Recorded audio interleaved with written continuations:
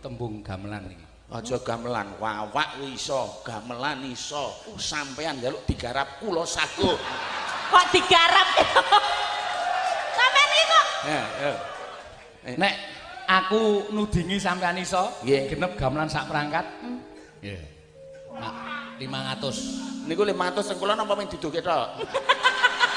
Ya, nganggo wang muka sik ya ta. Wong tok gamelan pira ngono. Iki ngene iki. Gandeng cara totoan. Iki nek sing gawa sing ngetotoan iki ora jenenge ora suci. Dadi kok sing gawa kowe. Aku. Dadi engko nek ora lulus balekke, engko nek lulus langsung neh ke aku. Oh iya, aku kuwi wong jujur. Dadi aku sing gawa. Gawa Mbak Suwi ra apa-apa. Ning manut aku nudingi langsung tok nyanyek kaya mau lho. Oh, beser. Anu beres. Niki saparian kan bayar pinten niki, Mbah?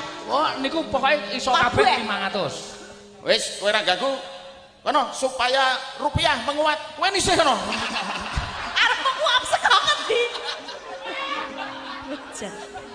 Iki aku nang kene. Iya, nang kono wae. Iya.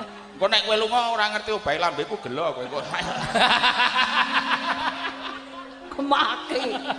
Iya, ora. Diwiwiti saking Ayo engko sik Gender. gender. Iki mono jenenge gender dipasang bumbung kuwi dijejer-jejer.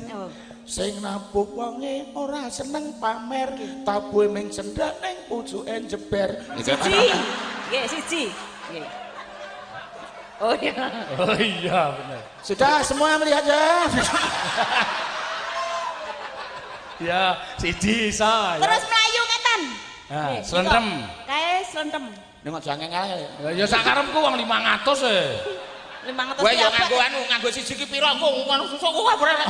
Kowe 500 ra iso siji bali ya coto lambeku. Ora kok nek pokoke gur diserempet-serempet wae. Ora, slentrem ayo. Ngae mono jenenge slentem nek ditabuh unine meng kalem. Sing nabuh meneng ra kakean gunem, tabuhe rada dawa, pucuke sak gegem. Lah ya. Oke. Duit sampean karek selawe. Lah kok larang temen. Larang. Ameng parikan kaya ngono kok 200. Wani ya diimbur, wani ya kuwi wae kok. Saiki sing mburi. Ya men dudike sak karepe mbok cingak. Anu mbok cangek kok dadi. Gambang. Oh, gambang. Sing kae. Kok saya angel iki. Ya men. Kae mono jenenge gambang. Wilahe dijejer supaya lenabuh gampang. Lenabuh kudu sila ora kena jagang. Labuhe kudu banter ora kena arang-arang. Iki gambang. Ora gambang iki kudu wong nabuh gambang kok ming krung. Kring ana mesti